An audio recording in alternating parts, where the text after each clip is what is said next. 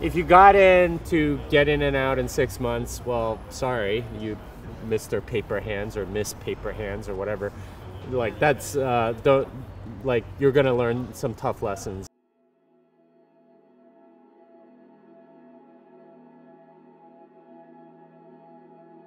All right, welcome to Okcoin Live, special edition.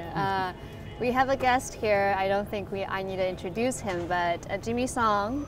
Very great pleasure to have you with us. Well, thanks for having me here. Well, I mean, at this thing, you know, Oslo Freedom Forum, and it's a beautiful day in Oslo, so yeah, it feels good to be here. Nice. Thinking about the weather, right? It's not raining. It's great. No sunshine, but looking at you wearing your signature hat, tell me a little bit about that. I'm actually always curious. Like, how did you pick it up? Yeah, good question. So, it actually started because I'm from Texas, right? I live in Austin, Texas, Bitcoin capital of the world, by the way. And no argument about that. No argument whatsoever. But I live in Austin, Texas, and you know, I've lived there about 10 years, and started wearing cowboy boots like a few years in. I want people to know that I'm from Texas, right? Like that's just one of the things that, you know, Texans do, is they have to let other people know that they're Texans. So, you know, having taken that, I would still get asked, "Hey, where are you from?" And it's like, "I'm from Texas. Don't you see my boots?" Now you cut down one question. Yeah, well, so, and the idea was, okay, you know, at some point I was like, you know, I'm tired of that question. I want people to know that I'm from Texas. So I was like, if I wear a hat, I think that would happen. So I started wearing the hat in October of 2017, and it was. You know, it was just sort of like a spontaneous decision. But I went to that first conference, and it was in New York. It was Consensus Invest. Okay. I still remember going to it, and like the first dinner I had, you know, with some other Bitcoiners, I was wearing it, and some woman didn't know Bitcoin at all. She came up to us and said, "Okay, I just had to say hi to you because you have some balls to wear that hat." So I was like, "Okay, I'm on to something here," because like just a random person didn't know anything about Bitcoin, just came up and said something. Yeah. I went to that conference, and I still remember that first interview. It was kind of like this, right? Except it was consensus. It was the consensus desk, and my counterpart was Pete Rizzo. Okay. And the whole interview, you can, I think, go look it up on YouTube. Okay. He's literally making fun of me and my hat the entire time. Just joke after joke about how ridiculous I look in this hat. Of course, then I was like, screw you, I'm going to make this my signature. And it's become, I am now the Asian cowboy, and, you know, even got the threads, you know, and the belt and all that, you know, yeah, so it's been a good marketing move. Do you think it makes it easier for you to talk other people into Bitcoin because of this? Yeah, I mean, I have like this like very long speech about, hey, like I wear this hat and it's appropriate that I'm in the Bitcoin space because, you know, it's from Texas, but also it's about the West, right? The West, and the West is. You know, the hat represents the West because the American West, if you think about it, that was where the frontier was, right? Like, and that's where all the innovators went. And this was back in the 1800s, and that was where, you know, the West was won through people that were willing to take a risk, and that's what this industry represents. So, you know, that's what I tell people, and it's like, especially young people, right? Like the ones that are out of college are like, I want to get into this space. What should I do? I'm not a coder. I'm like, well, you don't have to be a coder. There's plenty of other things that you can do. Yeah. And some of the more interesting things that you can do involve other careers. And this was the case in the 1800s. If you are a baker in the 1800s, you can either stay on the East Coast and compete against other bakers that have like 30 years on you and they're way better at what they do, or they would tell you, go west, young man. And that meant, don't go west and go dig for gold. Like, go west and be a baker, because there just aren't that many bakers out west. Yeah. And you could do the same thing in Bitcoin right now. If you're an accountant, and you know how to do all of the Bitcoin accounting stuff, you're going to do way better than the 60-year-old accountant that has no clue what Bitcoin is. Yeah. So there's a lot of innovation and frontier that you can sort of conquer by coming into this space, and that's sort of the message behind that. So what is Bitcoin to you? Bitcoin is the new frontier, right? Like it's the West. It's like I complain about like how there hasn't been really frontier pushing in a while, and you know, my role is really a technologist and a coder and all that stuff. Yeah. And I look at like how far what we've done in like the last 50 years. It's like very disappointing if you think about it. And like you don't really need to look much further than something I had trouble with this year, which is air travel. Like 50 years ago, it was quicker to go across the Atlantic than it is now. Why? Because you have TSA, you have these regulations, you have all, it was faster to go across the Atlantic 50 years ago than it is now. That's just ridiculous. Yeah. Where's the innovation, right? Like what's going on? It's getting bogged down by bureaucracy. Yeah. A lot of people are rent seeking. There's a lot of cantillon effects of money. So to really push the frontier, we need to fix the money. So do you think Bitcoin fixed it? Because Bitcoiners like to say Bitcoin fixed it. Do you think Bitcoin can get us faster across the continent? I think eventually, yeah. Once we get on a more Bitcoin standard. The thing is, like, I'm not the only one that's noticed this. A lot of people outside of Bitcoin have noticed the same thing. It's like, okay, 1969, we had Neil Armstrong and Buzz Aldrin walked on the moon. Clear innovation, clear pushing of the frontier.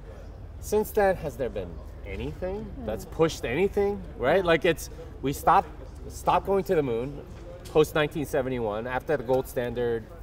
Yeah. Like pretty much like the Apollo program eliminated. We've done like less and less with that sort of thing. Most of the stuff is going towards navel gazing apps like Facebook or Google or whatever. The best and the brightest in the world, like the people that graduate from the Ivy League universities, they're going into investment banking, right? Or venture capital. Like they're not actually creating anything. Yeah. All of that is fiat based. But that was because of the system. The system incentive is there for people to go into those directions. Exactly. And you take away that incentive. Yeah. You have people starting to build like rocket ships again, right? Like actually pushing the frontier, making things. I guess someone does not need that to build rocket ships. Right. But for most of us, we still need a better system. Well, I mean, the thing is, you can make like hundreds of millions of dollars being on Wall Street if you ride it out and do that, or you could try this other thing where you're probably going to fail. Like being an entrepreneur is very tough. And there's not a lot of incentive to go do that, especially because of how hard you're going to have to work. It's much easier to, say, be a bureaucrat somewhere. And that to me is what needs fixing. This is the main problem that Bitcoin fixes, is the money. What is disappointing for you in Bitcoin? Anything so far? I think altcoins are very disappointing to me, and it's not strictly Bitcoin, but I see that as sort of like the extension of the fiat mentality, because I talk to my friends about this all the time. You could go launch an altcoin, right? Especially if you have some name recognition or something like that. Hey, Richard Hart was like a D-list Bitcoin celebrity at the time that he launched Hex, right? Like nobody knew who he was except maybe like a handful of people on YouTube or something. But he launches an altcoin, he makes probably like close to $1 billion. That's way easier than actually like building something on Bitcoin, right? Like doing what Elizabeth Stark is doing, who's here, doing what Lightning Labs, that's significantly less than $1 billion. Elizabeth could go launch a coin and make $1 billion tomorrow, but she's not interested in that. That's hard. That's a very difficult thing to ask people to do. Yeah.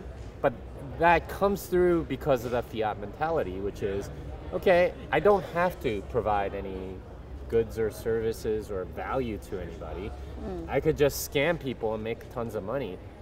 unfortunately, a lot of people get seduced into that, and we unfortunately, as a result, have literally tens of thousands of altcoins that really don't add any value whatsoever. So for me, that's very, very disappointing. So you don't see any value in any of the other assets outside Bitcoin? I Bitcoin really is don't. the only truth. Well, the thing is, if we actually saw some, all right. So here's the question that I would ask if you want to challenge me on that. When have you ever seen anyone outside of the Bitcoin or crypto ecosystem say, you know what, I have this problem, that I really need solved.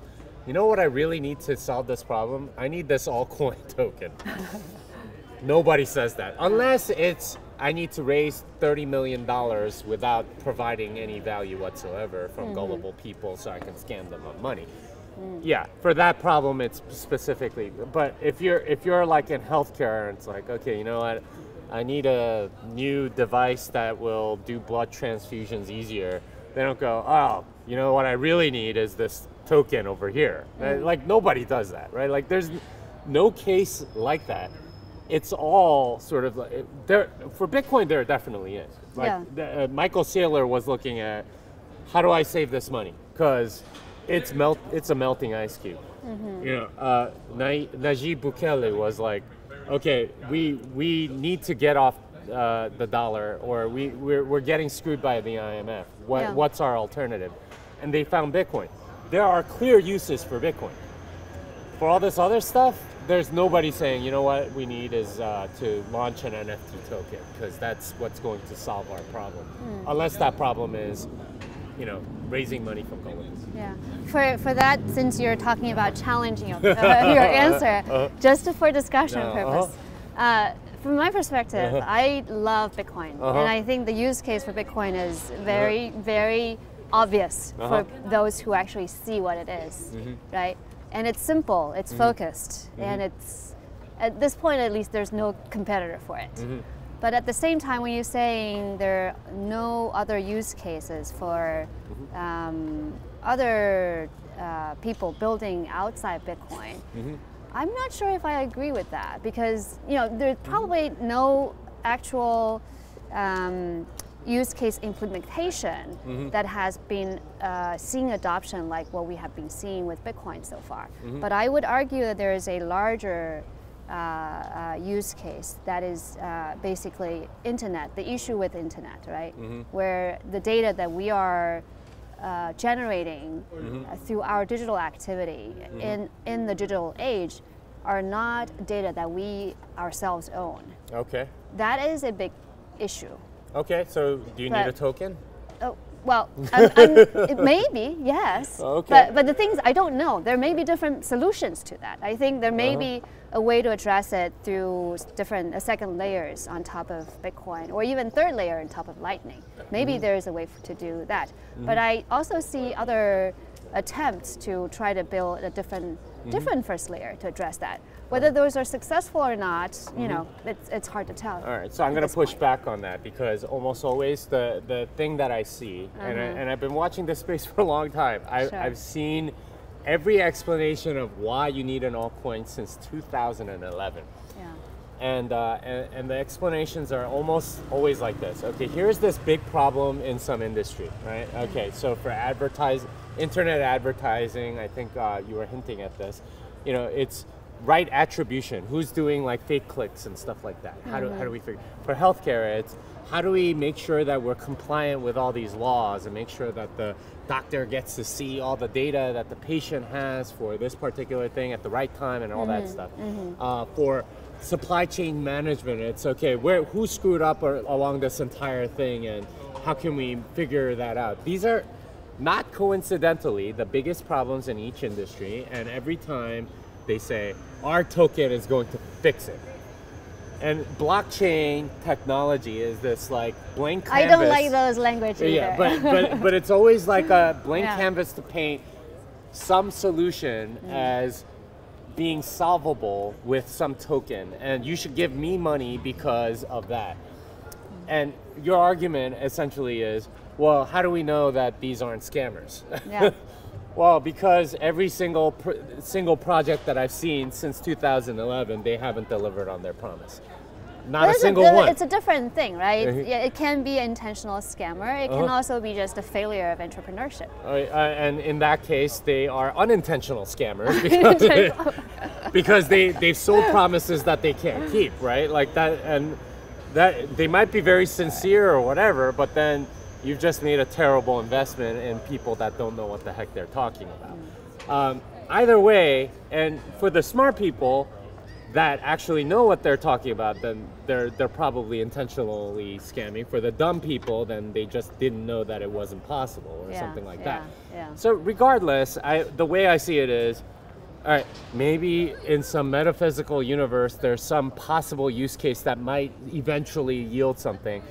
But that's grasping at straws. We know why people launch tokens. It's to raise money from gullible people and scam them out of their money, whether they're doing it intentionally or unintentionally, whether they believe it in them, believe that there's something there, or don't believe that there's something there.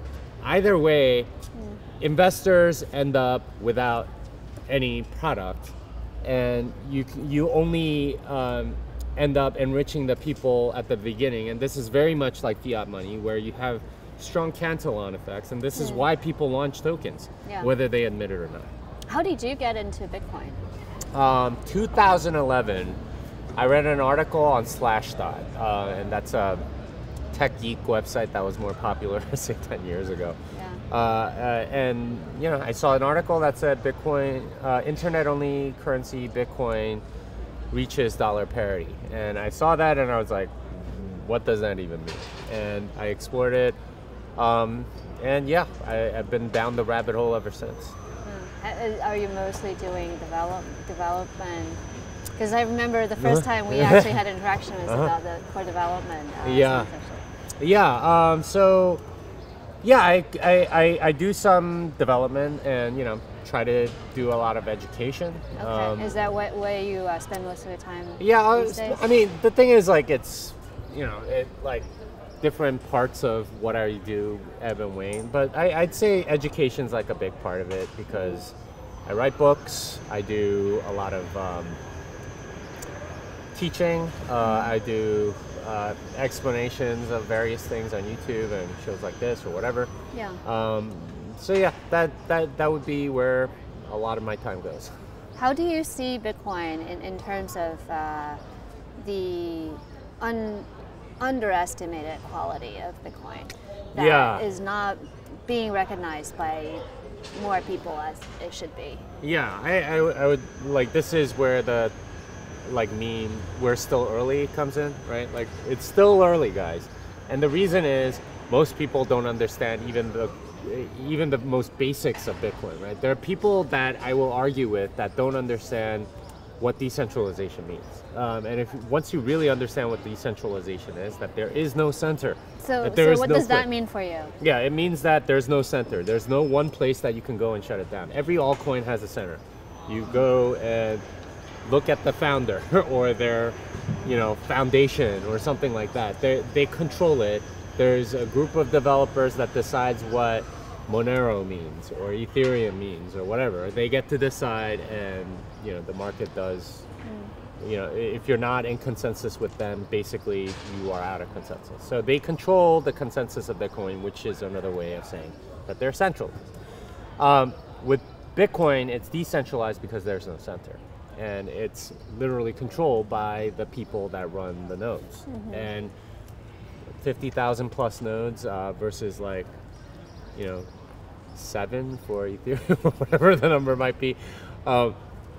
That's a very, very big difference. So to me, Bitcoin is that's one of the most fundamental things, is that it is decentralized, and it's a very strong store of value because it's decentralized, digital, and scarce, and that's not a property that anything else has. All coins are centralized, digital, and scarce. Fiat money is also that. Gold is decentralized, physical, and scarce. So like that is an extremely strong combination, and once you understand that, it's irreplaceable. Yeah, it's inevitable. It's just there's no way to see it any other way. Where do you worry about it? For example, you know, we do sponsorship for Bitcoin developers, and that's where actually sometimes I got worried a little bit about the size and sustainability. How do you feel? Do you see risks there? Well, I did, which is why I started teaching, right? And that was one of my goals, was to expand the pool of Bitcoin developers and even core developers. And you know, I've taught, I think, around 800 people at this point, and they work in, you know, many of the biggest, you know, Bitcoin companies out there. Do you teach online? Do you have your online? I'll do some online. I'll do a lot of them like in person and stuff. And I know Okcoin sponsored some, you know, people for some scholarships for my course and so on. So obviously very appreciative of that. But yeah, it's been you know, one of the focuses for me. Thankfully, there are other people that are coming into this space and helping teach. You know, I see Lisa Nagud like right over there. She's doing the same thing, and she's great. And she took my course, right? Like, and she won one of those scholarships.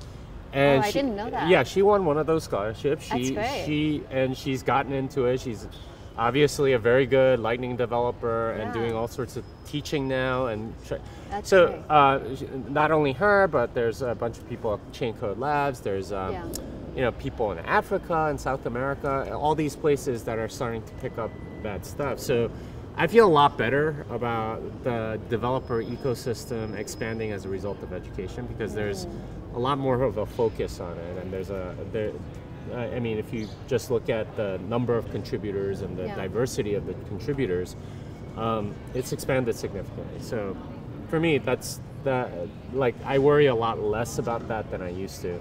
But I do agree that there's some, you know, risk there if you don't have enough developers. Then you know, hey, how to keep it safe, right? Keep maintaining and building it. Especially as we transition, like, there's a lot of developers that have sort of like semi-retired almost.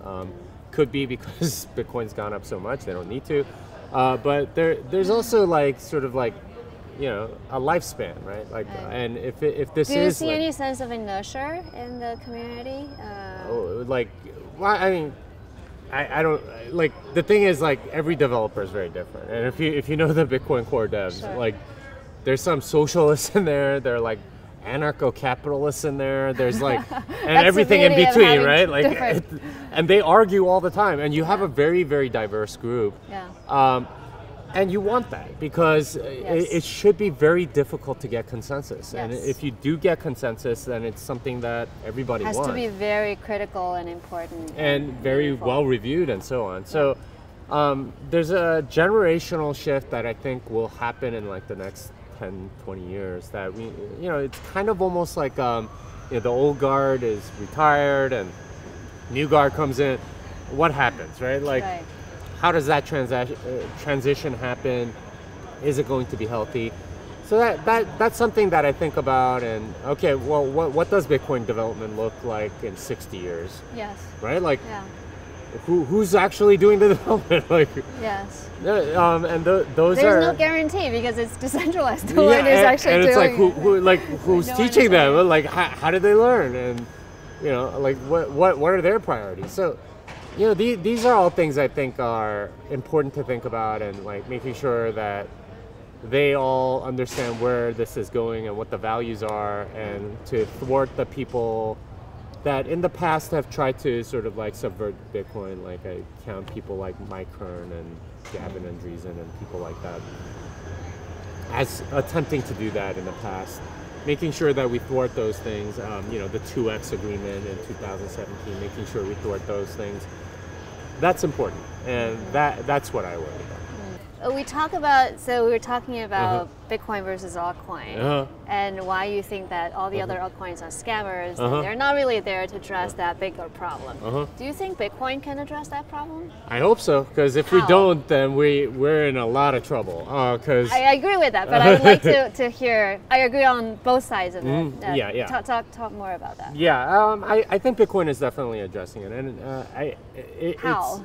Well, so you can start seeing how it's working in El Salvador, and if you haven't been there, I have totally go. Yeah, it's and great. go check it out. And the thing that really struck me about what was going on in El Salvador is they've been sort of under the oppression of the dollar hegemony for a while. And it's important to talk about that at places like the Oslo Freedom Forum, because it's not something anyone else will say. But those three-letter organizations, the IMF, the World Bank, the World Economic Forum, all of those places are literally oppressing those developing countries.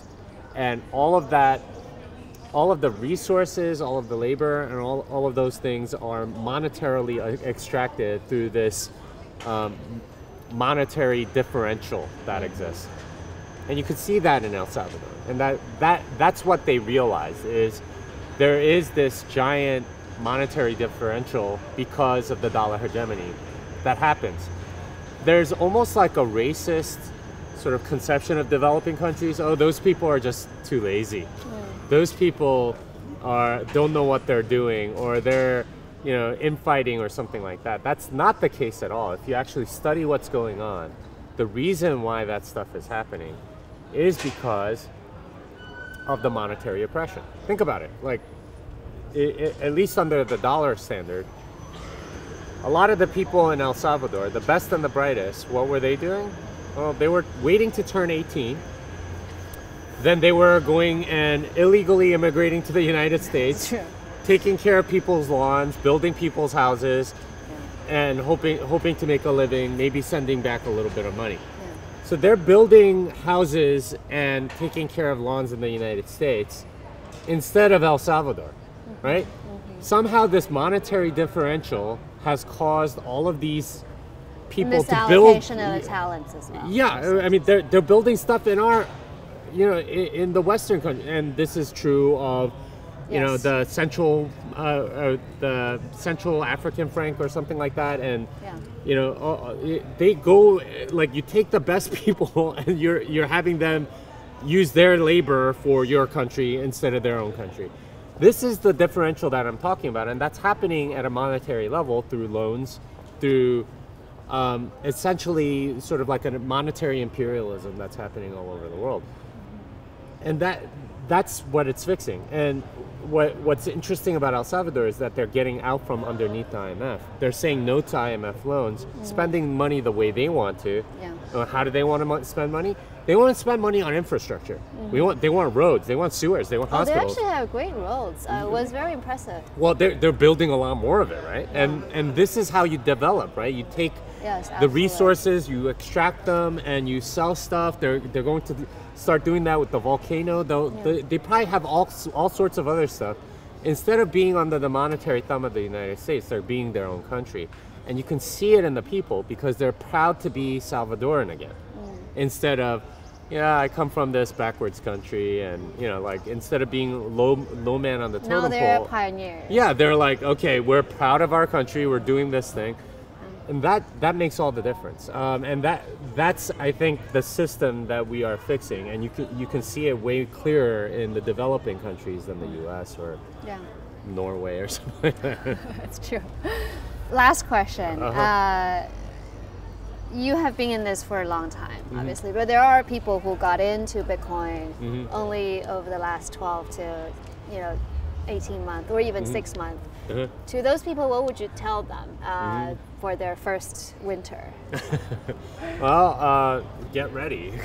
Winter is coming. How? I guess. So the main thing is, if you got in to get in and out in 6 months, well, sorry, you Mr. Paper Hands or Miss Paper Hands or whatever.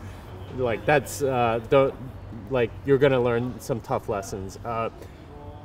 And the key to making it work is holding over the long term. This is a savings technology, and over 5 years, no one's ever lost money on Bitcoin. keep that in mind, right? Like, it's a 5-10 year investment. You're okay as long as you can weather the storm. Yeah. And once you've weathered the storm, the rewards will be there. And if you're especially good dollar cost average during the winter, you will not, like, anyone that's dollar cost averaged over the winter has done That's the best fantastic. strategy. And you will get better prices on your Bitcoin than everybody else, because everybody else buys during the run-ups, and you know that's not going to do as well. So think about that. Also, like, start thinking about other stuff. Like, Bitcoin's not all there is, and this is something that I recognize about Bitcoiners, is that they're not always thinking about investment. People into altcoins, they're always thinking, oh, what's the next new? Have you read this white paper? And you know, there's a new DeFi airdrop or something. You know, instead of there's lots of other parts of your life, right? Like there's, you know, you might have a family, right? Or, you know, your career or whatever. Like, whatever it is that you're doing, there's more to life. Go explore, do other stuff during the winter, because you can actually enjoy it. Because there's time that you can spend doing all of that. So that would be my advice. Great, awesome. Thank you, Jing. You're welcome.